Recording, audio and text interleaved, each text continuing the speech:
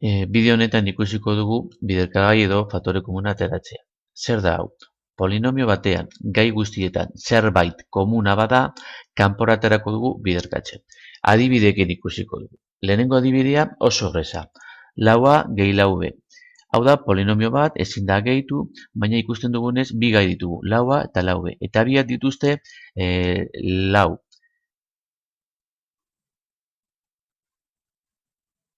Lau eta lau. Hori da komuna dena, hori da aterako dugu biderkatzen. Hau da, lau faktore komuna hasieran jartzen dugu. Lau bider.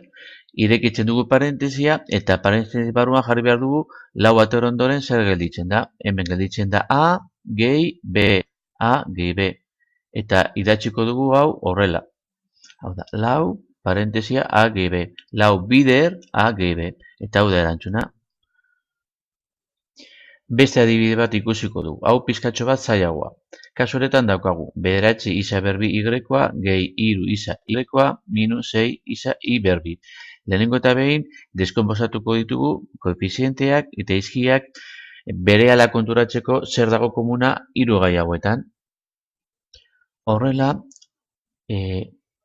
gelditzen zaigu 3 bider 3 isa y-a gehi 3 isa y-a minus bi bider 3 isa i bider i.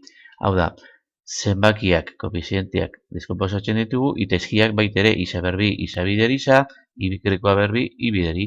Eta orain, errazagoa da hemen konturatzea zer dago hiruretan berdina. Azpian, azpimarratuko dugu zer dago berdina.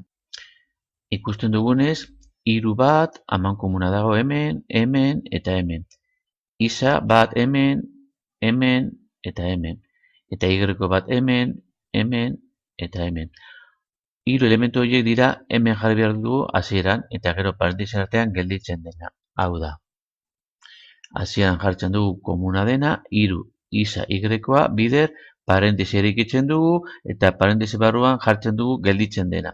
Hemen, lehenengo gaian gelditu da 3 bat. 3 isa. 3 isa. Gehi. Gai honetan dena atera dugu. Dena ateratzen dugunean bata gelditzen da. Hemen dago bat bider 3. Bat izkutuan dago beti. Gogoratu. Dena ateratzen dugunean bata gelditzen da. Gehi bat. Eta gero minus gelditzen da. Bi y-a minus bi y-a. Eta hau da erantzuna. Horrela gelditzen da. Agur.